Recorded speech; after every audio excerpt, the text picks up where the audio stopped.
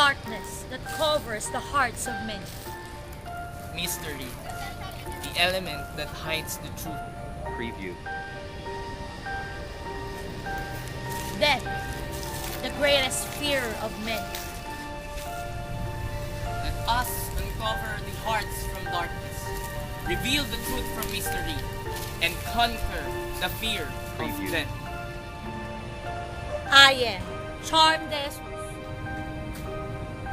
I am Carwin Flores.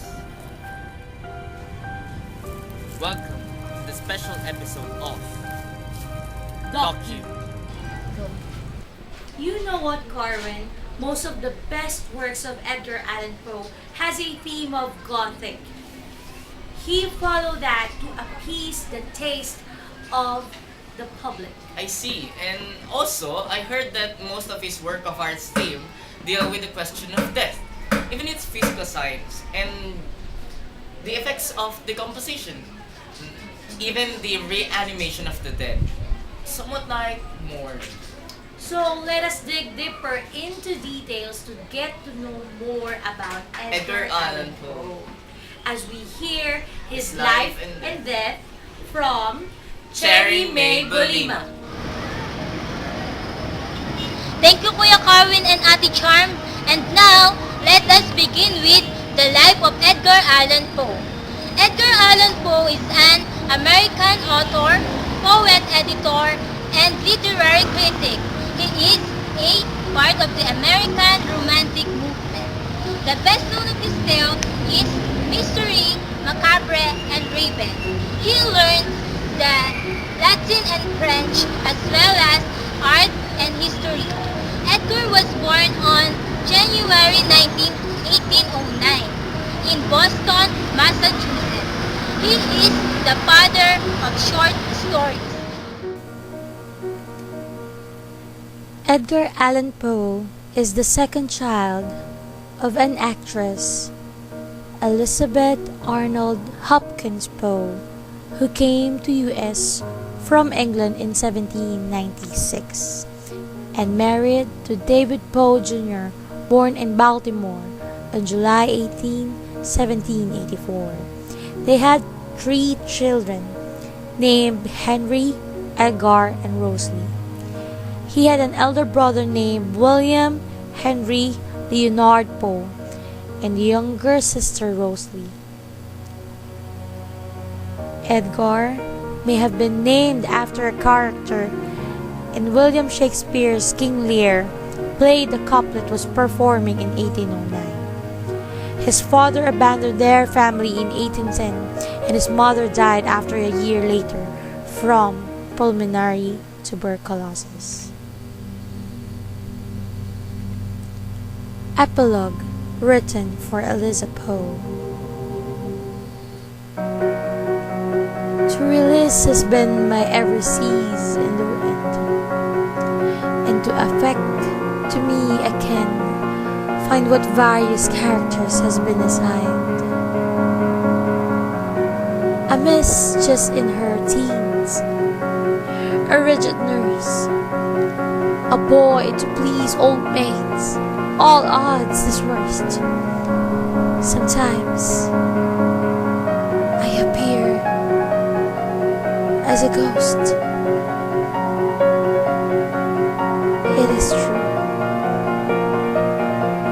but yet I am of flesh and blood as well as you.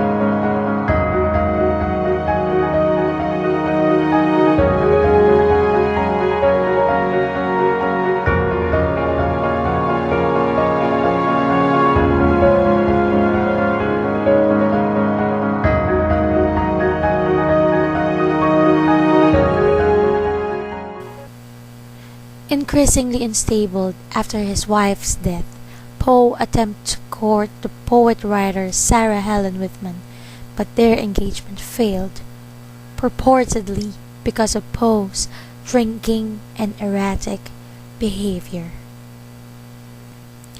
On the other hand, Edgar Allan Poe wrote the poem Annabel Lee in commemoration to the death of his wife Virginia Clem, who died from tuberculosis.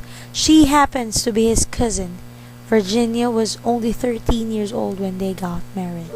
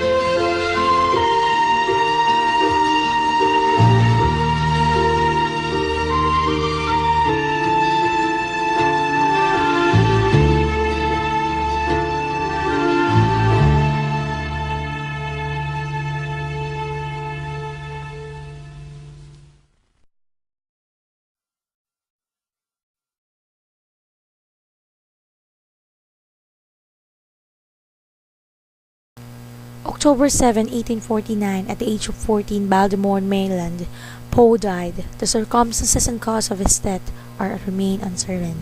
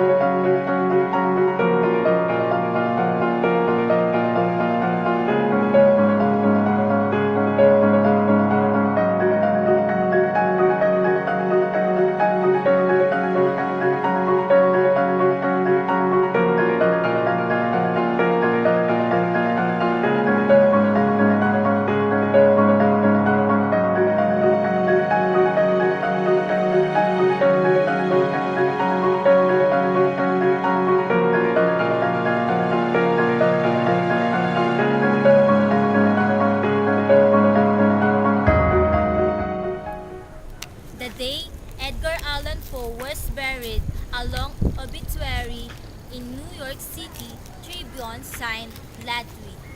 It was soon published throughout the country. The peace of Edgar Allan Poe is dead. This announcement will startle many, but few will be grieved by it. Again, I'm May Bolima, leaving you a quote from Edgar Allan Poe, with a love that was more than love.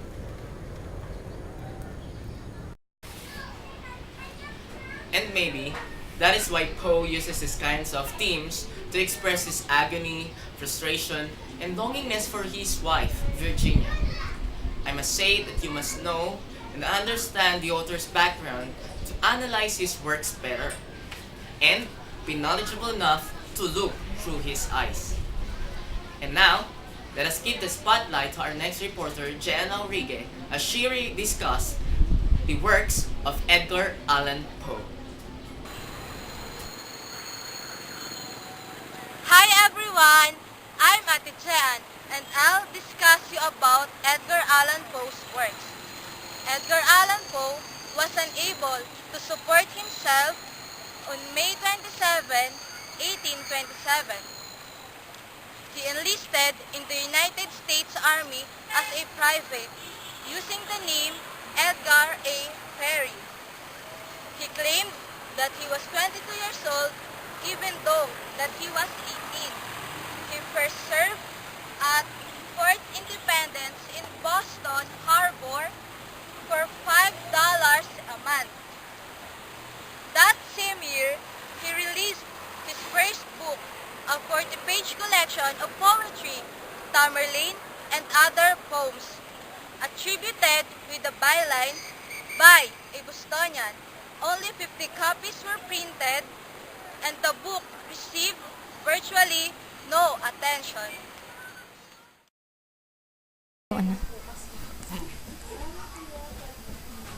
The works of Edgar Allan Poe.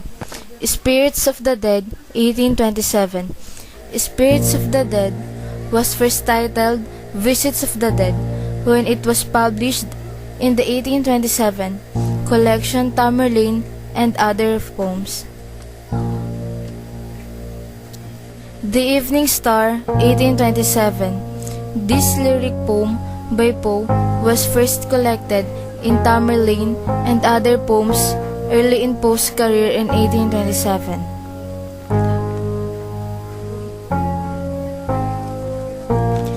The Happiest Day, 1827. The Happiest Day or The Happiest Day, The Happiest Hour is a 6-quatrain poem.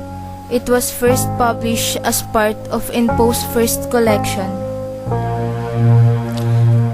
Al-Araf, 1829. This poem, based on stories from the Quran, and tells of the afterlife in the place called Al-Araf.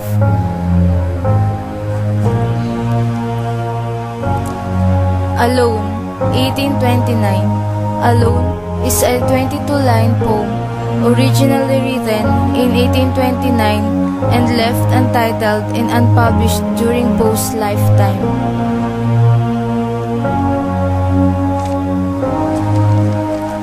Fairyland, 1829, originally titled Heaven, was written while Poe was at the United States Military Academy at West Point. The City in the Sea, 1831. In its first publication in 1831, The City in the Sea was published as The Doomed City.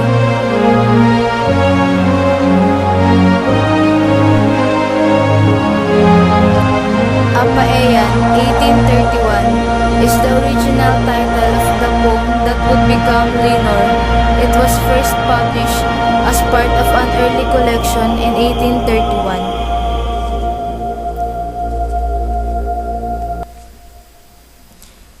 The Sleeper, 1831. The poem that would become The Sleeper went through many revised versions. First, in the 1831 collection, Poems of Edgar A. Poe. It appeared with 74 lines as I read. Israfel, 1831. Written while Poe was at West Point, Israfel is a poem in 8 stanzas of varying lengths that was first published in April 1831.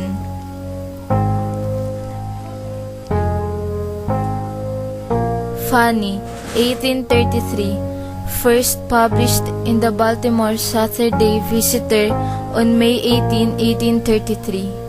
The poem laments the death of a young love. The Coliseum, 1833, explores Rome as a past glory that still exists in imagination. Poe submitted the poem to a contest sponsored by the Baltimore Saturday Visitor, which offered a prize of $25. Berenice is a famous short story of Edgar Allan Poe, first published in 1835. The story follows a man named Aegeus, who is preparing to marry his cousin Berenice. He has a tendency to fall into periods of intense focus, during which he seems to separate himself from the outside world. Berenice begins to deteriorate from an unnamed disease until the only part of her remaining healthy is her teeth, which Aegeus begins to obsess over. Berenice is buried, and Aegeus continues to contemplate her teeth. One day, Aegeus, who wakes up from a period of focus with uneasy feeling and the sound of his screams in his ears, a servant startles him by telling him Berenice's grave has been disturbed and she is still alive, but besides Aegeus is a box containing 32 blood-stained teeth and a poem about using the grave of my beloved.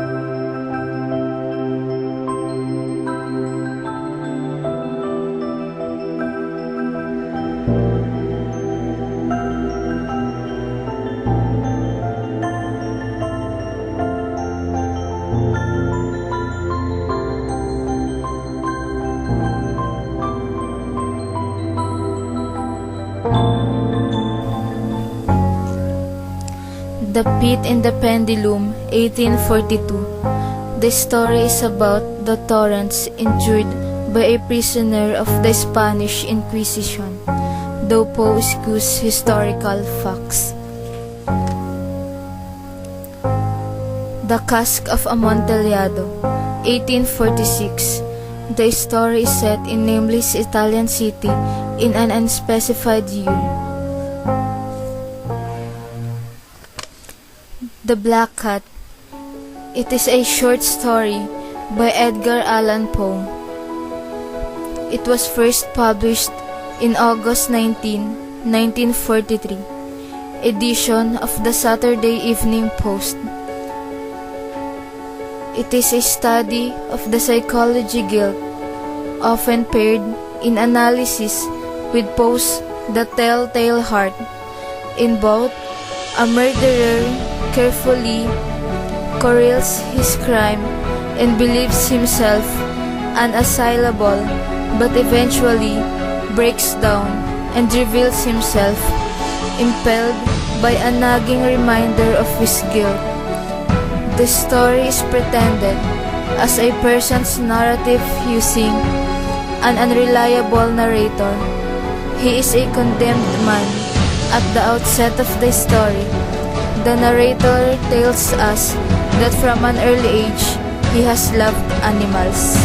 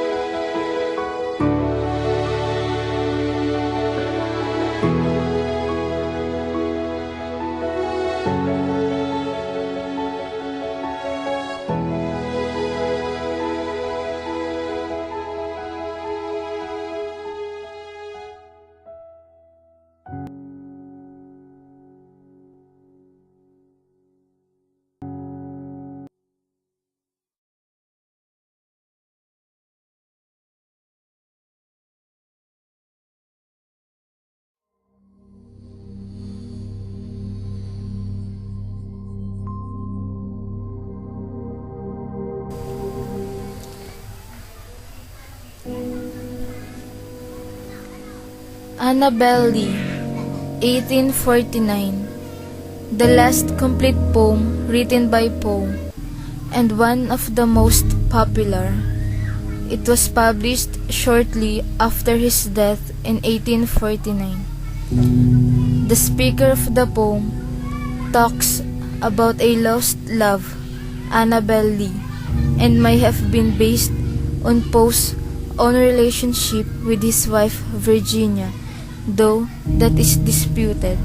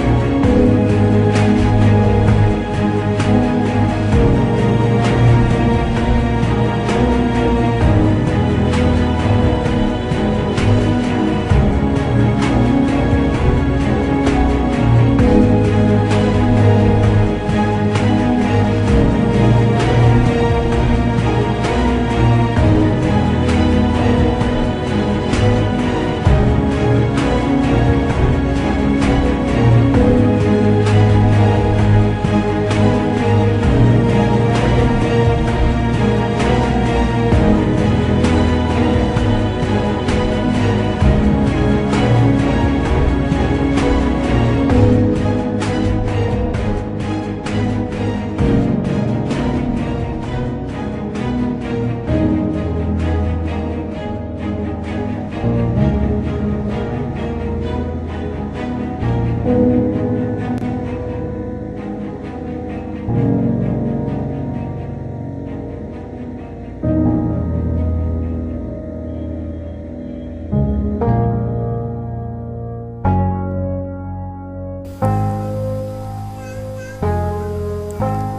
Raven, 1845. It is often noted for its musicality and stylish language and supernatural atmosphere. It tells a talking raven's mysterious visit to a distraught lover, tracing the man's slow fall into madness. Poe moved to a cottage in the Fordham section of the Bronx, New York. Biographers and critics often suggest that Poe's frequent theme of the death of a beautiful woman stems from the repeated loss of women throughout his life, including his wife. Before I end, I want to share a quote from Edgar Allan Poe. Poetry is a rhythmical creation of beauty in words. Again, I am Jeanne Jaurigue. On the first part of the segment, we have discussed about the life and death of Edgar Allan Poe. For me, as I analyzed, Poe was just a victim of his own emotion. Those circumstances that happened through his life pushed him to make such horrific, tragic stories that mark mystery to the eyes of its readers. I am proud to introduce to you one of the passionate teachers who love the art of literature. She is now working at Gospel Light Baptist Christian Academy for less than 3 years. Graduated from BNU with a course of Bachelor of Arts in Secondary Education, major in Literature, Miss Judalyn D. Paa. One review that I really didn't forget that was when I was in college. So even though he was not our professor in English or American literature, we still talked about Annabel Lee, the poem Annabel Lee. When I was in high school, it was my favorite poem because I thought it was very romantic because the lover stayed with his with this woman, even though she was dead already. But when I was in college, our professor said that it was a case of necrophilia, so I got goosebumps because of that, and it changed my perspective and point of view about Annabel Lee, and of course Edgar Allan Poe also. Another poem that I didn't forget was The Bells. So our professor asked us to perform it in our class. So our audience during that performance is, of course, our professor and some of our seniors. I think it's when I was in second year, so they're third year. Of course, before we practice, we discuss the poem first. We analyze the poem first. So I learned that the bells is about the stages of life of a person. First, of course, childhood. There's laughter. There's happiness. Of course, the bells are, of course, happy. The bells have a happy sound. Second, you're getting an adult stage. There are wedding bells. So there's marriage. Third one, of course, you're getting older and older until you die. So in our performance, we had we wore all black, and then we painted our faces white, so we look like ghosts or cows. And we also even had a coffin for the dead people. So during the last stages of the poem, it's really getting spooky, and our voices also need to be spooky also, and it's supposed to be slow. And speaking and talking like a monster or something like that. And besides performing the poem, we also had to perform a dance before we even recite the poem. It's very special because we really made a very big effort in practicing for that, and really we spent a lot of time practicing, memorizing the lines, our cues, our props, we even had time to make that. And of course, our professor got very glad to see our performance, and we got a high grade because of that. So because of that, I appreciated even one of Poe's works, The Bells. I would like to recommend The Bells as literary text for teaching onomatopoeia. So when you're a literature teacher or when you're an English teacher and you're teaching onomatopoeia, for example, in high school, you can use The Bells as an example for onomatopoeia, because onomatopoeia can be seen in poems, usually in poems. But personally speaking, I will not recommend Poe's works, especially his short stories, for personal reading, because his works are a bit, no, not really bit, it's really dark, and the emotions that you can see there, that you can feel there, are all negative, so it would really influence you. So I don't want to read it because it might influence me, because some of the works that I read before really changed my life. And of course, they are positive. They have a moral lesson and they have a positive outlook in life. But in Poe's, it's very dark. It's very pessimistic. It's macabre. It's obsessed with death. So personally, I would not recommend it. So only academically. And you can analyze it. You can study it objectively. But subjectively, it would be very difficult. You would really get depressed and you would get sick of it because too much death, no more hope. It really reflected his life as a person. He's a drunkard, so he's very wasted. So personally, really, again, I would not recommend his works for personal reading, only for academic reading.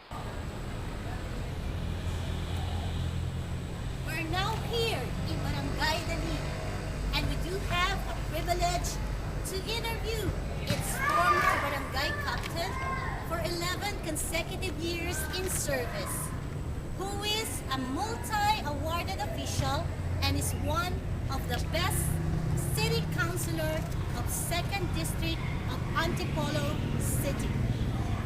He is none other than Honorable Councilor Engineer Catalino Loni Leyva, the pride of Barangay Dani. Now we're here at the office of the National Multi-Awarded Barangay Captain before, and is now one of the best city councilor in Antipolo City, none other than Honorable Catalino Loni Leyva.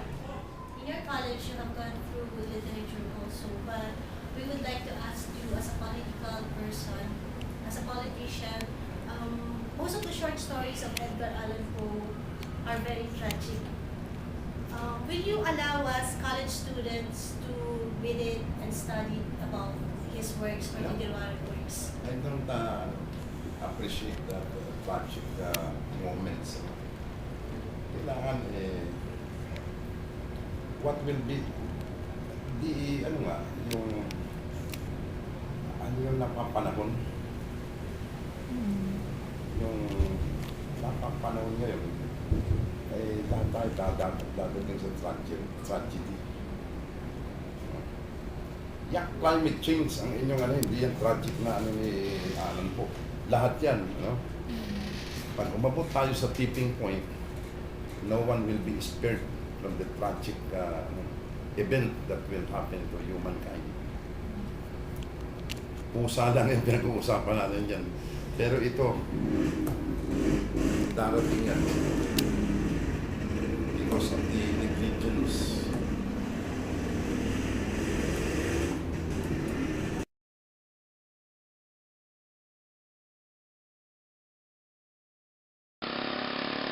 Hi there everyone! I am Ate Donna and I am your explorer for today. We're having a survey about Edgar Allan Poe. Now we're here in Medina Polytechnic College. Let's go!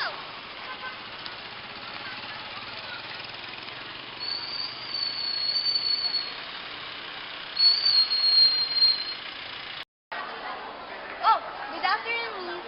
Can I ask you something? Sure. Are you familiar with Edgar Allan Poe? No, but his name was familiar. Oh, thank you very much for answering. Thank you. Hi, Miss. Are you familiar with Edgar Allan Poe? Not really, but all I know about him is that he is an American author and one of his works is Donabel Dagsil. Oh, I don't know a deep information about him. what can you say about his work? Actually, I did not read the Annabelle Lee yet, but I know that one of his works. Okay po. Thank you very much for your answer. So, yung impression ko kay Edgar Allan Poe, kakaiba siya. Kasi siya yung American writer na nakakapag-produce ng kakaibang sulatin ng hindi nakakapag-produce siya ng kakaibang sulatin kapag siya'y wasak na wasak sa alak. Kasi actually sa medical research kasi normally sinasabi sa mga pag-aaral talaga ng mga medical expert na kapag yung isang tao talaga ay wasak na wasak sa alak, hindi nadidistort yung mental function eh. Pero ibang kasi Edgar Allan Poe eh. Anyways, yung kanyang mga sulatin kasi nagiging maganda siya at nababasa ng pangkalatan kasi minsan hinuhugot niya sa kanyang personal experience which is usually tragic. Kumbaga, siya yung pambansang emo noon. Yung hindi pa nauso yung mga hardcore music, yung mga hardcore music, hardcore literature, yung mga pang-emo, yung mga, alam niyo na, Metallica. Si Edgar Allan Poe eh. Kasi hindi ko pa nababasa pero kung susuriin ko, based ang kanyang sa kanyang personal experience na puro hardship, puro failure, puro kabiguan talaga. Hardcore na kabiguan. Tapos nailalabas niya sa pamamagitan ng kanyang literature. At syempre, malaking tulong yun. Yan nga, kapag wasak na wasak siya sa alak. Thank you, sir. Po, kilala niyo po ba si Edgar Allan Poe? Kilala namin siya sa Philippine literature ng first sem, pero hindi ko natatandaan ka naman. May natatandaan pa po ba kayo na mga works niya, yung poems or stories? Lalo pa po. Sino po pong ibang authors yung kilala niyo? Ayun o. Ano ba yun? Sige po, Desiderata yata sa kanila. Yung poem. Eh, poem ni Edgar. Ano yun? Desiderata. Desiderata. Okay. Sige po. Pwede po magtanong. Are you familiar with Edgar Allan Poe? Have you read one of his works?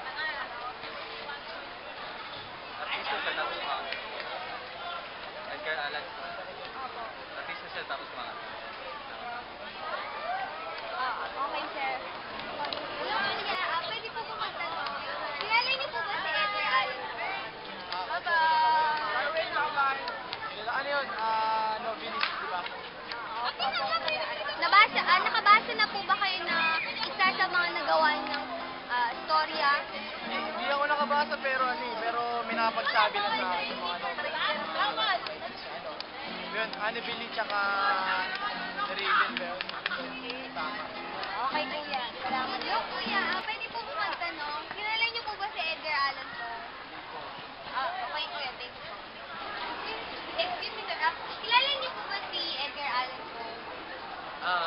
Narinig ko lang sa Matagal na kasi high school sa more on literature. So, pero not so familiar sa mga works sa mga stories. Gusto ko lang po sana kung kilala niyo po si Edgar Allan. Yes, Edgar Allan. Nakabasa na po ba kayo ng isa sa mga ginawa niya po? Yes? Ano pong masasabi niyo sa kanyang mga Edgar Allan Poe's pieces are mostly tragic, horror, and it talks about, it depicts about tragic among people, humans, and sinasabi nila na ang piece na Edgar Allan Poe sobrang analytic siya kasi kakaiba yung pieces niya. So I know him for being a tragic writer. So, Ma'am, did you find it interesting? Of course, especially the Telltale Heart and A Rose for Emily. That's all, Ma'am. Thank you. Gusto kayo ma-interview for a minute. Okay, kilala niyo po ba si Edgar Allan Poe? Hindi po. Hindi po. So, ano niyo? Stanford School? Medina High School. Medina High School. What are your subjects po ba na pinili? Anything about English? Ano po? Social English literature po. Pero mostly po, sino po mga authors ang kilala ninyo? Na mostly na dinidiscuss? Kasi po yung yung sa mga authors, nung pinag-aralan po namin yung mga second year, medyo nakakalimutan na po. Nakakalimutan. Okay. Pero Shakespeare po. Shakespeare's novel. Thank you po. Maraming salamat. There you are. And now, we're here in the Marquina Science High School. Let's go again. Kuya, pwede po magtanong? Maikling-maikli lang po talaga, promise. Kuya, are you familiar with Edgar Allan Poe? Okay, thank you.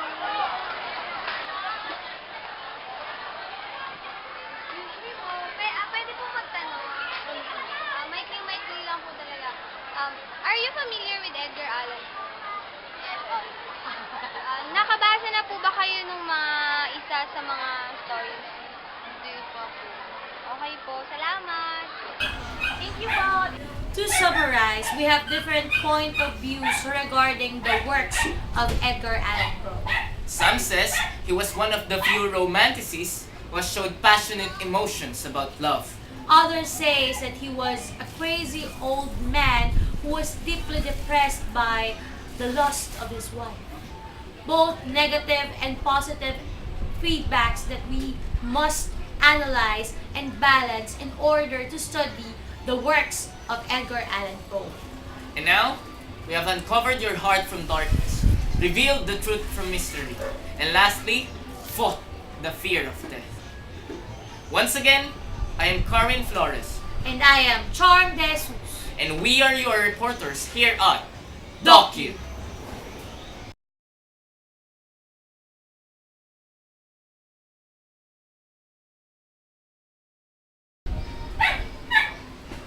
You know what, Carwin? Most of the best works of Edgar Allan Poe has a theme of Gothic. He followed that to appease the public's taste. I see. And also, I heard that most of his work of art theme deal with the question of death, even its physical signs, and the effect of decomposition, and even the reanimation of the dead. Somewhat like mourning. So let us dig deeper into details to get to know Edgar Allan Poe more. As we hear from the Hi there, everyone. Hello. We're here. Welcome to the special edition. And maybe that is why Poe uses these kinds of themes.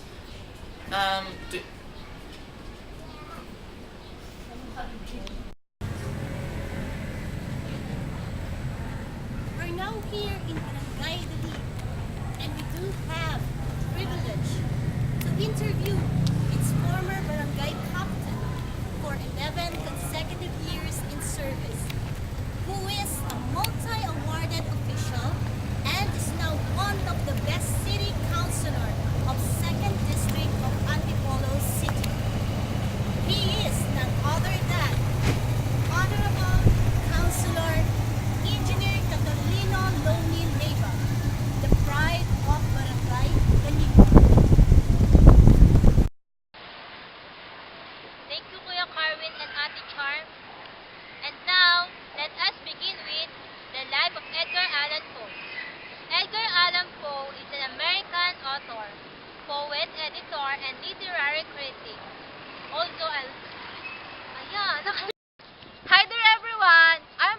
Jan, and now I'll discuss you about Edgar Allan Poe's works.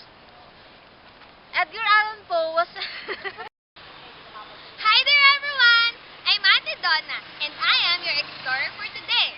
We're having a survey about Edgar Allan Poe, and now we're here in Marikina Polytechnic College.